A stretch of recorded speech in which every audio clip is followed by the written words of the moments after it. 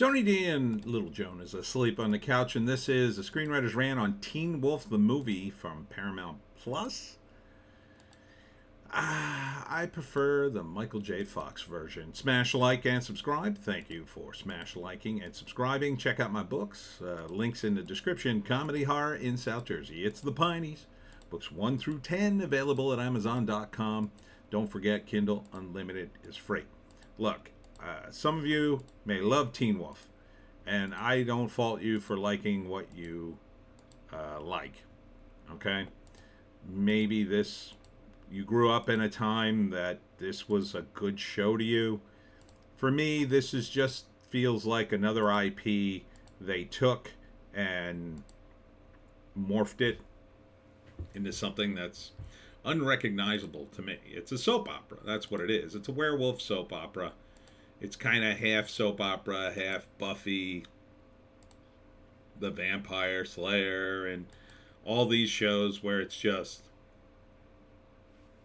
soap opera. Oh, who died? Who's back alive? Who's in love with who? Who's sleeping with who? Who's gonna die? How can we stop the new thing? It just it doesn't seem to be breaking any new ground. And in fact, all it seems to really do is take the werewolf genre and, to me, make it totally cringe. I mean, this is cringe to me. You know? Doing soap opera stuff with werewolves, I just don't get it. You know, making werewolves the good guys. Oh, werewolves are cool. We'll make them the good guys. Okay. It just doesn't work for me. You know, Teen Wolf was a joke of a movie starring Michael J. Fox. It was just a joke. And, you know, it wasn't meant to be a thing. Now they've turned it into a thing that I guess young girls can like because there's all sorts of hot guys in it, and I guess some guys might like it, but it feels very much aimed at a female audience because of the soap opera elements. You know, oh, so-and-so's back, and these guys are back. It's like, like Buffy, they kind of drill down into a very sort of surface mythos, and then end up recreating the same thing that's in all these sorts of TV shows. It's not super interesting to me. It's just moving the chess pieces around in the same sort of game. It doesn't really explore anything new. You know, werewolves are a thing. They are. But when you turn them into, well, they're not the thing they used to be. They're something else. You know, that works once in a while. It works for stuff that you sort of know and maybe like the second time you do it, right? This isn't the second time werewolves have been re-engineered for a movie or a TV show or whatever. This is like the 40th time. So, you know, this is just like werewolf stuff for people in their, I don't know, teens and 20s. People who saw the MTV show and really liked it. Now they're a little older. And people who are still that age who like this kind of stuff. That's what it feels like to me. I mean, I hate to be down on it. The effects look nice. The actors seem fine. The production's all kind of there. Although it's all, not seeing any big scenes. So I don't think they spent a tremendous amount of money on this thing. You know. So I assume there'll be some payoffs. They brought a character back to life. That to me is a bad sign. It sounds like they brought a character back to life. I don't like when they do that. I don't like when they kill characters, quite frankly. I think it's a rookie move, and typically TV people do it, and then, you know, if that character's popular, we made a mistake. Let's bring him back. So, would I watch this? Not a chance. That doesn't mean it's bad. It's definitely not aimed at me. I was too old when the TV show came out. So this just looks like werewolves for teenagers. Kinda. Not really. I'm sure the TV has a bit of a lore because it was on for a little while. But at this point, it just feels like, man, well, Paramount, we're Paramount, and we own the Teen Wolf thing. Everybody remembers that.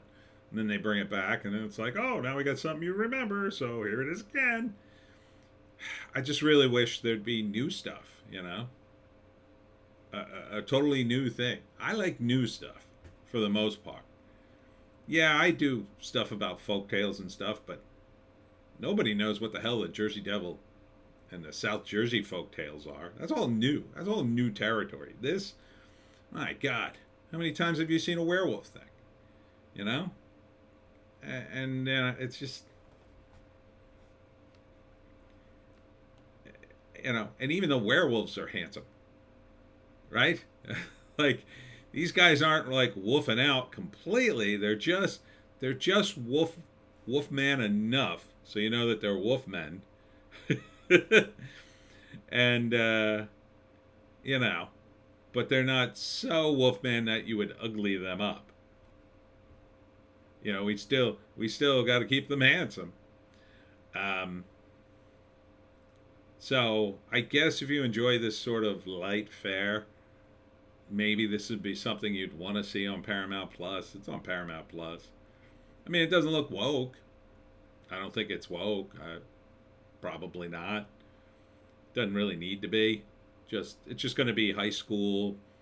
They've got high school stuff and then the older characters now. I guess the older characters used to be in high school and now they're not. So member berries combined with nostalgia, combined with stuff we've seen a million times and formulas that work. I mean, this is one of the few formulas that never goes away. Soap operas. And I'm not suggesting that's the problem. I'm suggesting the problem is, the take from out the gate. It's just there's nothing here new that I say. So first act, the main character from the TV series comes back because something happened to the school. I guess there was an earthquake or whatever. And then we get reunited with old friends and stuff, and then there's a new threat.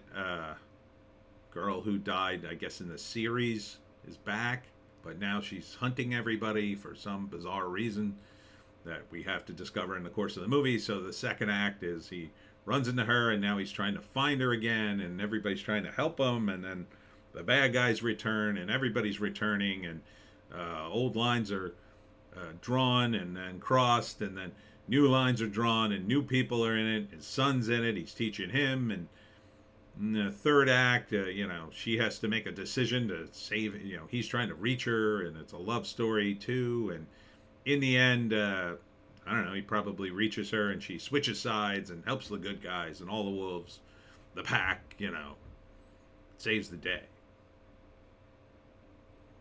So probably a happy ending. I mean, it's member berries to me. Member berries that I don't even have to begin with.